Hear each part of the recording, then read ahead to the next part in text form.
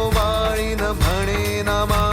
त्वमेव माता च पिता त्वमेव त्वमेव बन्धुश्च सखा त्वमेव त्वमेव विद्या द्रविणं त्वमेव त्वमेव सर्वं मम देव देव कायेन वाचा मनसेन्द्रियैर्वा बुद्धात्मना वा प्रकृतिस्वभावात् करोमि यद्यत् सकलं परस्मै